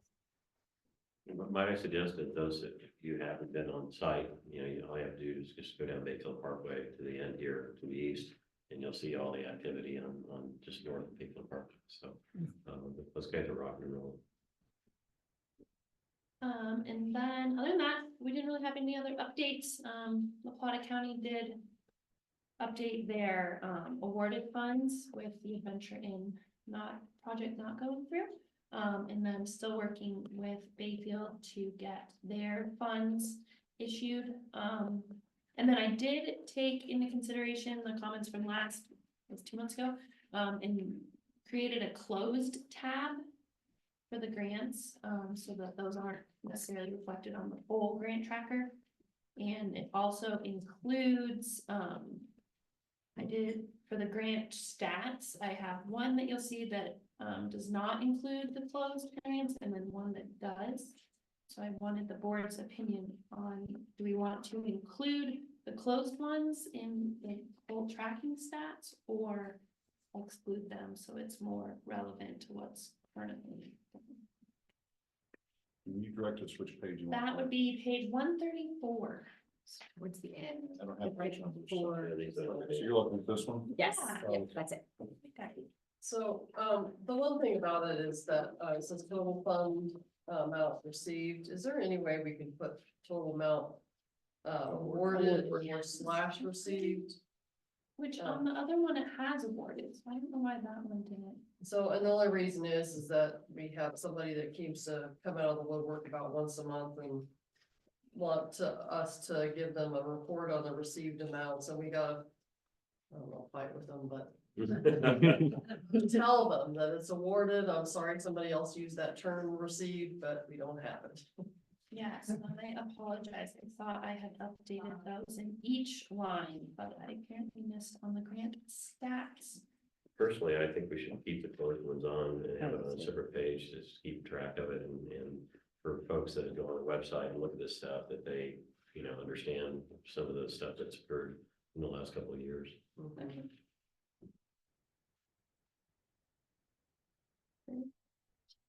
Anything else on the grant tracking? Well, so the numbers, okay, so for me, I'm just looking at Ignacio. Requested 2.6, received, obviously awarded. But the total fund in progress, I guess I'm confused on how that math works. So if I'm looking at both of these, including closed and not including closed, is a significant difference. Yes. And so the infrastructure is still open for us. I guess where am I at on the map here? I guess No. Let me open the manual. total amount in progress, not totally awarded. So part of that was, it kind of went back to the awarded versus received, and that even if the grants had been, or the applications had been approved, jurisdictions hadn't received or been awarded their funds yet, so it was still in process of being awarded, is where the language came from. But let me, So sometimes process means that something is being constructed or so.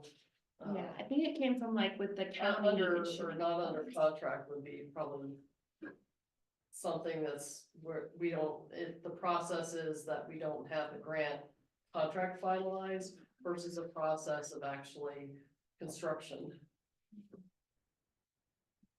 So I'm just looking at Ignacio. Yeah. Comparing the two tabs on that. The numbers are in different columns, and they shouldn't be. Unless the columns mean something different, because just for Ignacio infrastructure, 690, and then total fund received is 2 million. So we have requested 2.6, 2 point whatever. So that's, the numbers just don't match to me. You're right, they don't. It's plus the 50,000, right? That takes it to 2.7. Yes. So regarding the awarded component, it just means that that's what was awarded, but these are multi-year funds Yes. that will take time to, so closed for me was, we've used those funds, we're no longer drawing upon that bank account. That's what I would say. That's Yeah. closed for me, so we have nothing closed in Ignition. Okay, and that was, yeah, the only closed ones I had were from Durango. There's 2 from Durango. So theoretically, all of these numbers other than Durango's should match between closed and not closed. So I will go back and see where all of these different numbers came. They're in different columns. Yeah, because even up at the top one, you have total fund amount requested 690,000. Fund amount received 2 million. So those should. And 2.69. No, I feel like it should be requested, like how much we asked for, Yeah, awarded, how much they are gonna give us of that, and then how much we've received in our hands. okay, I like. And then if you just left it at that, then it's a little easier. Three columns. I like that. Like spent Yeah. date. That solves a lot of problems from our public that wants to understand where that money's Yeah. going. in and out. Yeah, okay. So we're gonna do requested, awarded, and then amount that's been spent to Or date. Received in and Okay. Reimburse. reimbursed. Reimbursed. Yeah, because we don't receive it, we are Yeah. actually, requesting it to be reimbursed, and I know our finance directors are gonna be looking for that specific Yes. term. That's a good point. Perfect, and I will go back and update this and I can resend it out with the updated catalyst numbers too. I was having a lot of issues with Excel yesterday. I'm not- It's okay. There- There there are gremlins in the computer.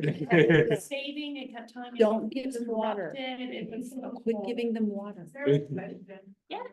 So Time River Commons also applied for another GOH grant.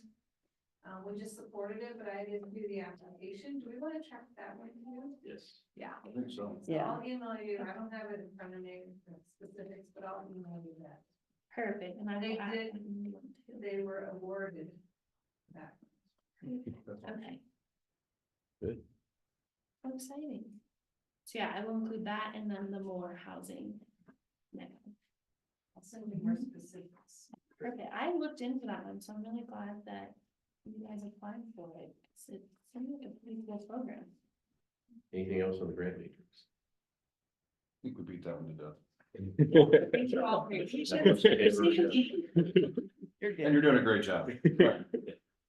Eva, you're up, Prop 123. I'll be brief.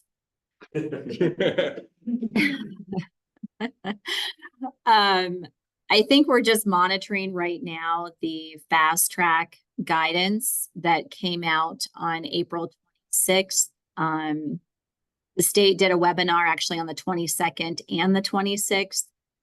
It was about a 44 PowerPoint slide deck, which I saved all of those slides because it had so much information and so much content, and didn't know if it might be more valuable for the board at a meeting later this year where we could kind of cover some of the example scenarios from other communities that are navigating fast track. It might align with our planning capacity grant as we proceed forward this year as well, to have some synergy between what others are doing for best practices, what's been working, what hasn't been, that could help influence where we start to go with our planning capacity and consultant too.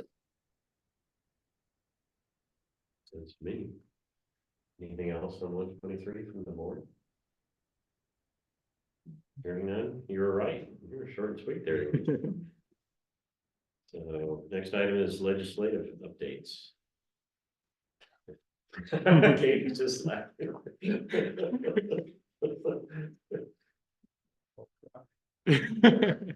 Don't cry. But anyway, I'm just going to. I think that, you know, we're still navigating still through CML, we're still trying to figure out what the property tax. You know, what do you want to call it, the legislation, it's quite a few pages and we're still going through that. I think a lot of bills were dead, the, construction defects didn't get modified, you know, and I don't understand why the legislation doesn't see that that's such a problem for housing, so especially when Mike Fouts stood up and said, I'm gonna only build rental. Period. So that's not housing stability. I mean, it is to start, but. Agree more. There was a lot of stuff in that was trying to make its way through, and you know, the construction defects was a great example. It started out pretty good. Yeah. And it got so watered down that it was meaningless by the time Yeah. they were going to consider it. So it was worthless to even act on it. So I wonder if there's a way around it by going from rental housing and then creating them, making them condos where it you wouldn't. can. It wouldn't do that for them. I There's- mean, there's like, that's a differing lot, opinion. but There's a 10-year tail on the insurance. So in theory, you could build apartments and 10 years later, you can convert them to condos. That's theoretical because some attorneys have told me you could still sue under the statute as if it's new construction because it's converting to a condominium. Most of them most attorneys won't go after those, just because of the owners have changed and that kind of thing, but. I've had a lot of discussions with attorneys on that topic. But it doesn't mean an attorney isn't gonna try. Absolutely. Right. And the bigger the unit. The Yeah. bigger The more the likely they'll complex, do it, the more yeah. likely it is to happen. But the worst proposal, and I touched on it at the summit, was the legislation that was introduced to give single family homeowners the opportunity to do class action suits against their builders, which is just a total disaster. Yeah, then nobody will build. No, and if you think about construction on the Front Range, Richmond American Homes builds 2,500 homes a year, Huh. what would that Put do? them under. Yeah, Don't go to another What's the state. normal length for usually you get a warranty with brand new construction. What's the normal length of time? if you know that. As soon as you cash the check. I think it's about 3 years. I think that it varies. I only got a year on my house still. Yeah. So, What's the status on that? That bill that you're talking about that would extend it to single family? it died. It died, yeah. Thankfully, Yes. yeah. There's also a bill out there, 1175, extending first right of refusal and first right of offer to apartment complexes to local municipalities. So just keep an eye on that one. Yeah. So I'm not sure if that goes to the voters or if that actually was approved. Still trying to uncouple all of the activity from yesterday. Mobile home parks are been penalized for that for several years. But I think it's in the turn of the apartment complexes as well. So I think we should just go ahead and make it for any property in the United States. That My personal thought. It's for right of refusal to lien on your property. Because, it's an automatic lien. Yeah. And you can't go to the market. Nobody's gonna give you a legitimate offer until that's worked through. Okay, any other legislative updates? Okay, member updates, LaFonda County, Kevin. One thing we're working on that, taking a little longer than anticipated, but the county funded, through Homes Fund, mortgage assistance program for employees years ago. And we only implemented one, but,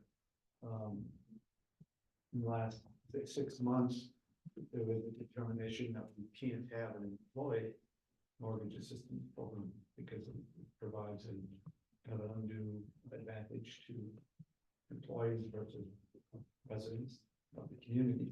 So we're recrafting that, and we did budget money in 2024 to fund through Homes Fund what essentially is a mirror of what they're already doing with mortgage assistance shared appreciation model. And so we're working through that with Pam and Lisa, and the county will be at some point here before too long transferring $200,000 to help move that program forward and help with their kind of stacking ability and mortgage assistance program. So I think it's exciting to be able to be part of that, and I think I won't speak for Homes Fund, but I think it's probably good for the program. And so we're working on it. It's still available to our employees, but it will be available to county-wide residents as well. It's only $200,000, but it will certainly help, with trying to fill that gap. So that's primarily what we've been working on for the last handful of weeks. Great. Down to Bayfield. Well, I think there we have a new board, or almost a new board, so training, we're going to CIRSA training on Wednesday, and CML has their district meeting on next Monday.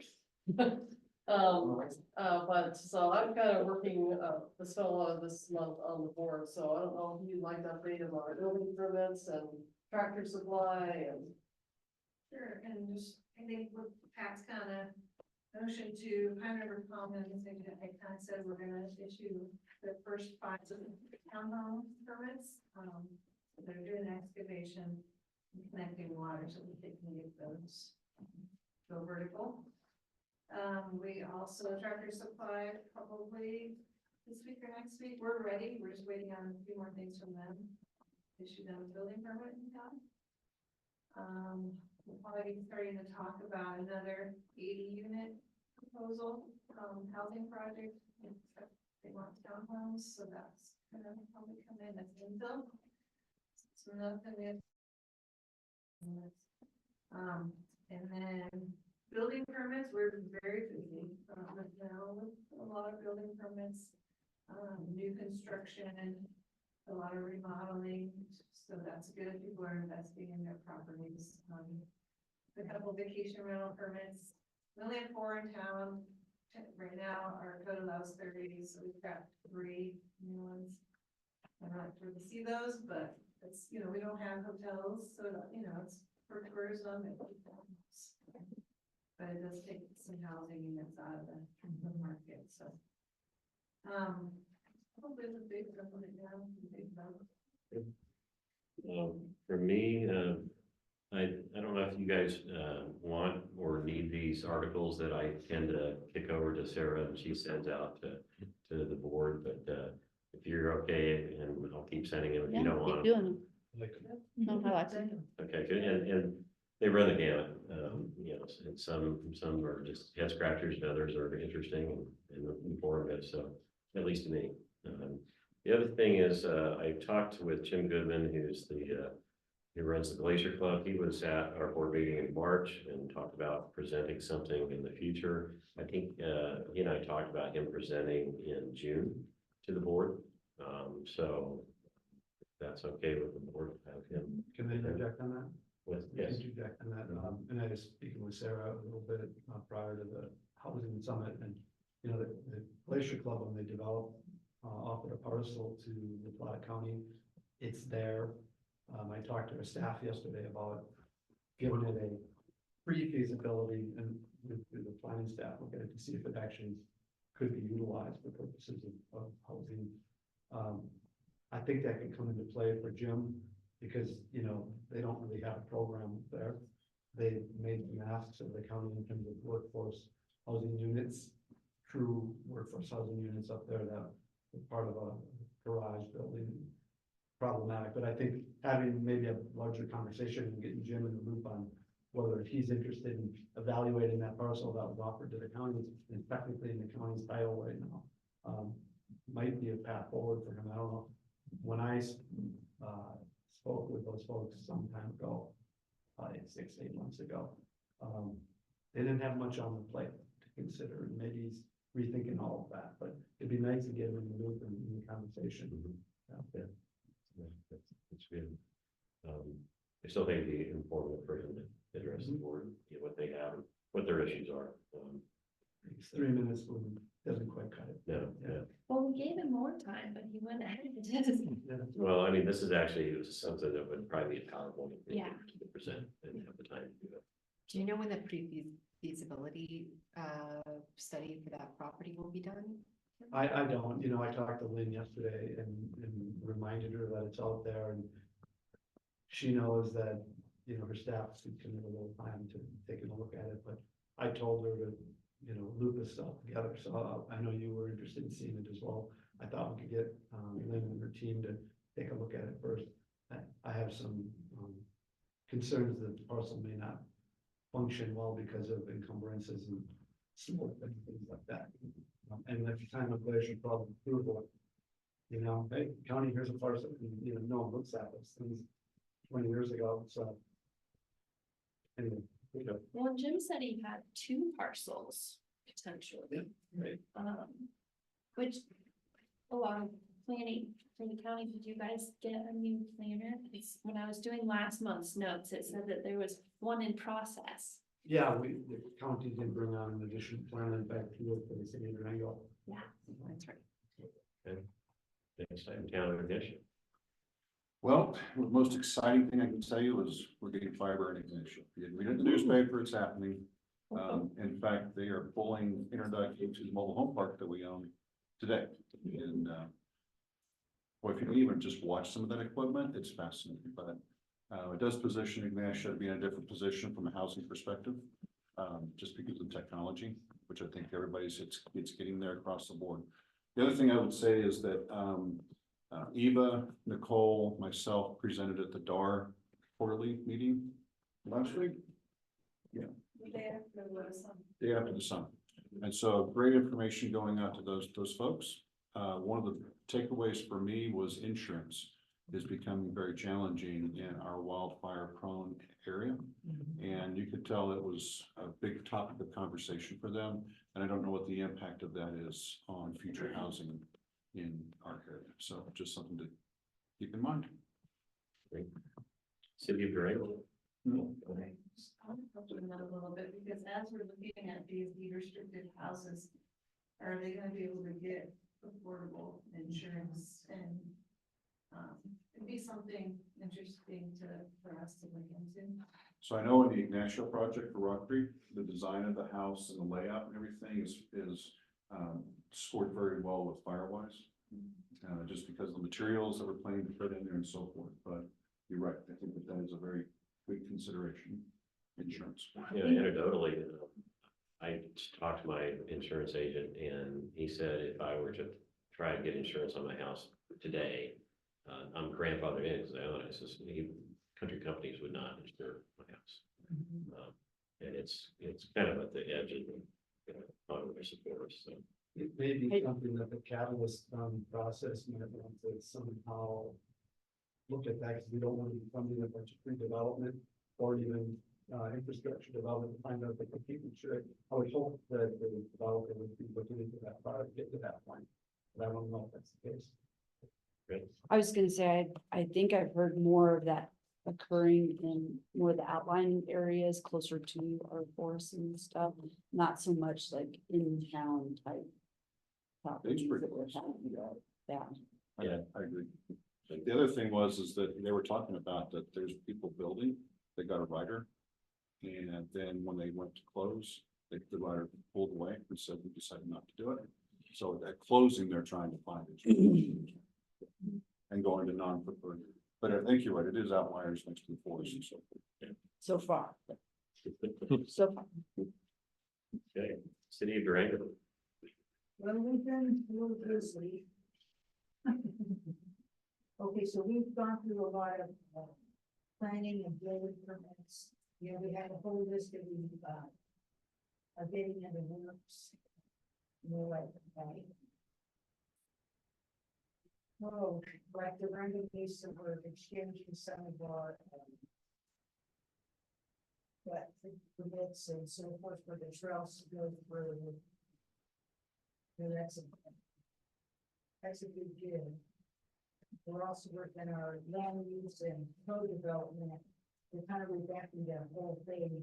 We've got about 3 different items that are action. But the biggest thing that we're doing, which Eva's involved with, is updating the fair share program.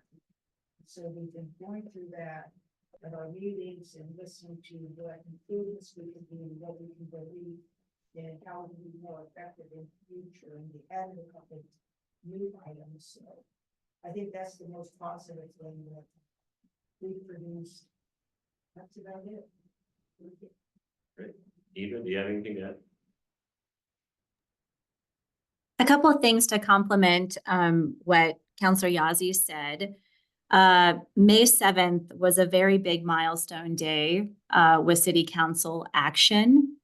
We also received the deed to 271 Twin Buttes Avenue. I didn't get a chance to give that update to council during study session, but that solidifies the opportunity for an all affordable homeownership project with Elevation Community Land Trust and Fading West. I'm assuming they're one of the projects that submitted a Catalyst Fund, but I don't know that for sure as a committee member yet. But the city just received that land donation. So super exciting. That has been 5 years in the making. And the residences at Durango will be, there'll be a story in the Durango Herald for the weekend edition this weekend. They were on site today touring the property. It'll primarily be an update about what construction has been completed so far with the remodel and the rehabilitation of the 72-room hotel, as well as the foundations and plumbing permits were issued. Foundations were poured for the 2 new buildings behind the hotel that will create the additional 48 units, and the plumbing permits were issued last week. So the story will really highlight some of the progress being made there with the construction. And then the exciting news is that they're anticipating the hotel to be completed and move-in ready by Q4 of this year. And we didn't think we would have any units prior to 2025 for that project. So that will really be the splash in the story. And then the 48 units will be completed in Q1 of 2025. Fair share, very big night on May 7th. That first reading of the ordinance and the updated changes to the inclusionary zoning program. Also prioritizing construction of units rather than paying the fee in lieu, adding rental development, simplification of the program, adding incentives, financial and zoning, and adding an exemption option to not be a barrier to the production of attainable housing are the key components for the new program. We also took before council building permit fee increases. This has been a lag of about 10 years. We've been using the ICC valuation of 2013. So council took action to advance to move forward with 2023 building permit fees and valuation. Both fair share and those fee increases will be effective October 1st. That'll give us some time to do education and outreach to the public. And coming before council at our next meeting on the 21st, the city acquired another unit at Anima City Park Overlook Townhomes. We have deed restricted that unit similar to a buy down model, reducing it to a $399 purchase price for area median income of at or below 125% AMI. And because the city owns the unit currently, we have to take that before them for the sale and conveyance of property to a qualified buyer by ordinance. So it's been very busy. Very good. I got one more. Yes. On May 21st at City Hall during our study session, we're going to have a presentation on the PD City Hall, all the information we've gathered and moving forward. So if anybody's interested, we can come down and hear the presentations. Great. Thank you. Anything else? Hearing none, this meeting is adjourned. Thanks for coming today, Phil. Yeah. Thank you for having us. Bye, everybody. Bye, Eva.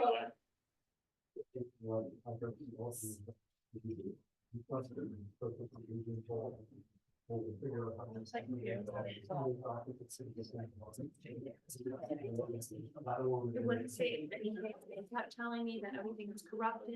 It was actually what we had. Yeah, it was ever supposed to really trying to work with the casino yesterday. From that point on, it was like, This is cool. Yeah, I like that. I made that today. That's awesome. Yeah, that was great.